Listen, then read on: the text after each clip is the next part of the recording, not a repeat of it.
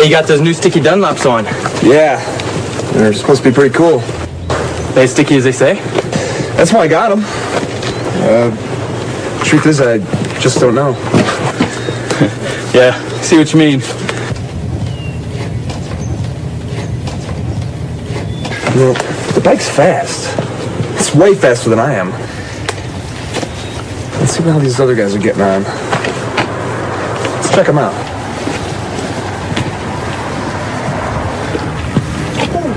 Whoa. Oh, whoa. Now, this guy's brave. You're really leaning over. Hey, look at those foot pegs all ground away. Jeez. And that tire. Gosh. Can I help you gentlemen with something? Is this your bike? Yes, she is. Hey, how do you do something like this with a bike like that? I guess I learned a few things in my days. Yeah, I guess so. You got any advice for us? Advice? It's a very interesting topic. You brake straight up. No way, pup. Trail brake. All the time. No, bro, I'm pretty sure you're supposed to countersteer in the turns. Just get more seat time. You'll improve. No way. You got to plan out your laps. Be safe. What you do is you downshift to slow down. No. Use the brakes.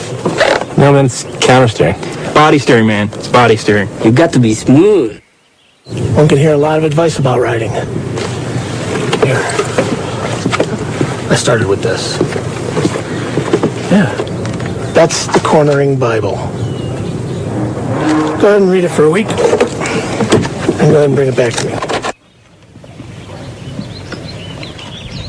All right, thanks. No problem. Take it easy, guys. Thanks, you too. You see you around. Hi, I'm Keith Code. We hear lots of advice about how to ride. Some of it's destructive advice, some friendly advice, and some useful tips. Let's see how advice stacks up against the technology of riding. Take how to steer as an example. Most often, our first vehicle had 3 wheels, like this tricycle. Turn the bars to the right, and it goes right. Turn to the left, and it goes left. Simple. Our first ventures out on 2 wheels usually involved training wheels. Now we have a 4-wheeler. From the tricycle experiences, we instinctively turn right to go right, and it works. In the time-honoured method of training, we raise the training wheels. Now we have a recipe for disaster. We've lost 2 wheels. It's now a frighteningly unstable machine. The child expects it to steer like everything else she's ridden. Look what happens though. She steers to the right and the bike tips over to the left, just like all 2-wheeled devices. Just go for it. Even with all the bad advice, out of our sense of survival, we somehow make it work. She doesn't have her balance But do yet. we Lower the training understand wheels. You'll kill the her. underlying technology of it? Look at how the keys have All 2-wheeled vehicles steer differently to 3- and 4-wheelers. To go right, you apply pressure to the right handlebar. That action initiates the turn. The bike then leans over and the front wheel turns into the turn. It's called counter-steering. That's why training wheels are so confusing at first. It's counter to everything the child has learned. There you go. Hey, good job. Listen, kid. Steering is simple.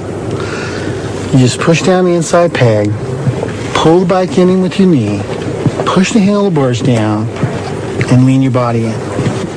Oh, really? I didn't know that. It was false and misleading advice like that led me to invent the no BS or no body steering bike. Let's see if it will help us sort out the facts of steering. I've grafted an extra set of bars on this bike. The whole idea was to take the handlebars out of the equation to discover what so-called body steering really does. The extra throttle on the top bars allows the rider to maintain his speed. Even with massive shifts in body weight without any input through the handlebars, the bike only vaguely changes direction.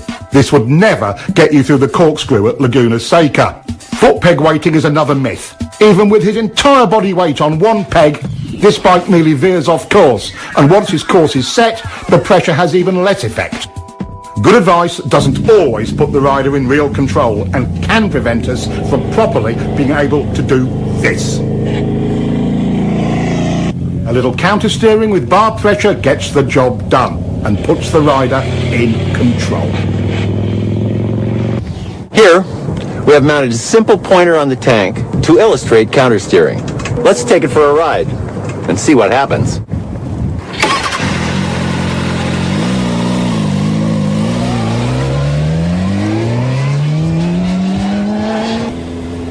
See how the pointer shows the bars moving first to the left and then right, and vice versa? This is counter-steering. It's the only way to accurately steer a motorcycle.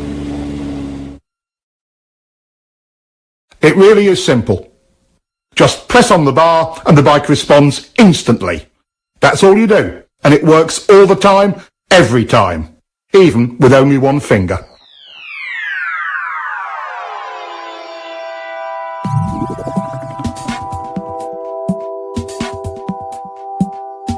The idea that we lean to steer comes from the fact that when you lean right, you unconsciously pressure the right handlebar, and that counter-steers the bike right. Vice versa for left turns. Lean steering is one of the myths of riding. Some believe body steering works because they can maneuver the bike with their hands off the bars. When we move our weight around on the bike, it actually creates a counter-steering action. Look at the pointer. Some riders are confused about how they steer a bike once they are in a turn. It's exactly the same. To tighten the turn, you press your inside bar. To widen your turn and bring the bike up, you press the outside bar. Counter-steering always works. Countersteering is a piece of riding tech that will help you to improve your control in virtually every situation. Let's take a look at some other parts of riding. You guys really do have the cutting edge of bike technology, don't you? But look at the size of that rear tire. Look at the size of those brakes. I'll bet you really can haul on them if you need to, huh? And the frame is stiff enough to handle all the braking power and the grip of the tires. So how many ponies does it have? Well over 100. Mine's are on 150. They say it'll do 180. It's impressive. Guess all that cutting edge stuff can make a difference. Thanks, man.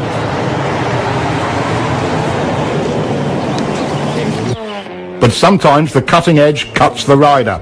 What's needed is the riding technology to match the machine's technology. After over a century of development, motorcycles are truly precision cornering machines. But that doesn't eliminate rider error. What stops most riders from being able to use all of that potential?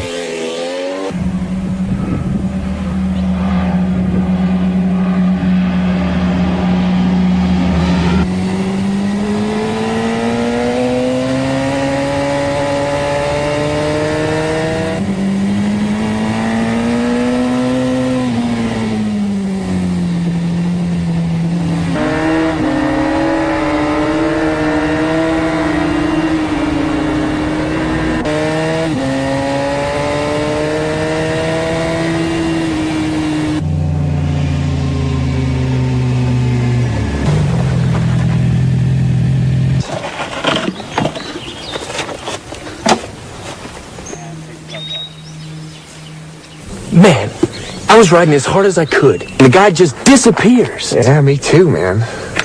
Hey, is there anything in that Twist 2 book he gave us about riding harder?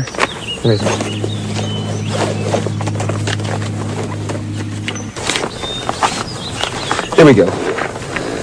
To make real improvement, riders can expect to reach a high level of technical skill, but only if they ride at 75% of their limit.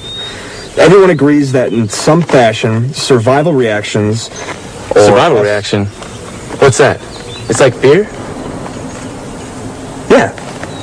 Survival reactions, or SRs, are the ever-present barrier to riders reaching their goals. That's right. Every time I try to up the pace, I get myself into all sorts of problems.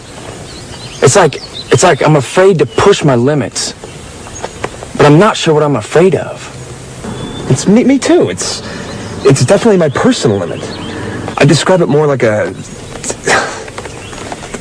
Mild panic. Oh, let's ride. Let's see if we can get out. Where's my key? Where's my key? What do you mean? I never took it out. It's not here. Look in the bag.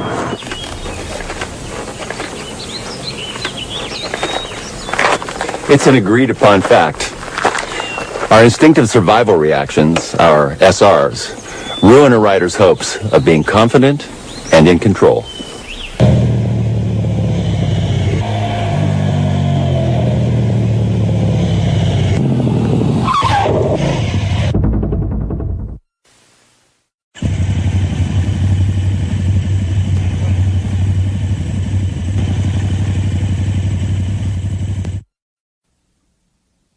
In riding, there are 8 distinct so-called survival reactions, or SRs, and we can see all of them in this one incident.